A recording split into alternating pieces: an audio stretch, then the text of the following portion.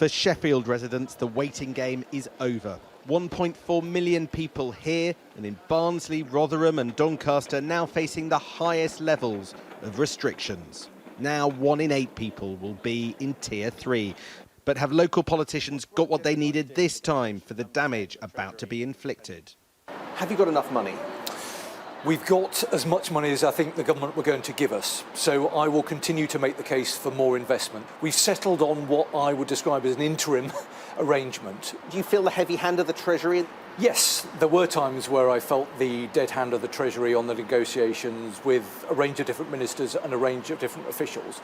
Clearly, in the end, a compromise was reached. From my point of view, I would have liked to have seen more. Of course I would, and will continue to make that case. And to people who say you gave the government too easy a ride, you didn't press hard enough in these negotiations? Well, nobody who was in those negotiations would have said that. And yet the leader of the council here says it wasn't a negotiation worthy of that word. Was it really a negotiation? It is so apparent that we were led to believe we were actually in negotiations to get the right support package for Sheffield and South Yorkshire.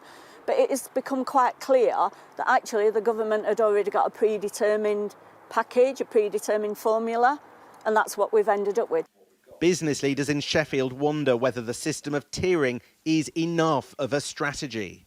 I'm not critical of the deal, but you can't compensate businesses fully for shutting down a part of an economy. So that's why we need a longer-term strategy. Right now, it looks like we're lurching from one deal to the next, from one set of support packages to the next, and we need a longer-term strategy. Here in Sheffield, they want more money. Yesterday, in Manchester, they wanted more money. Money that comes from the Treasury. But here's the funny thing.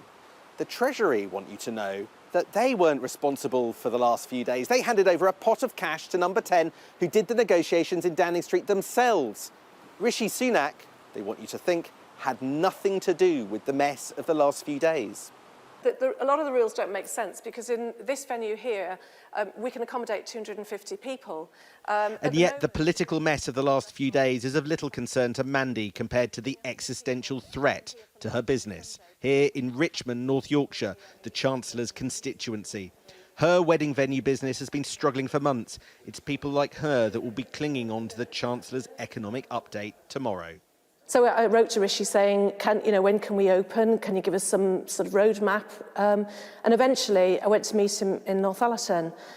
Sadly, he was quite dismissive, and I pretty much got the impression from him that he couldn't save every business and he couldn't save every job.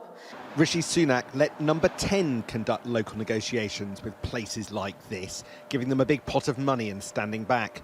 Tomorrow he will hand out more cash on his own terms. Watch the difference. Sam Coates, Sky News, Sheffield.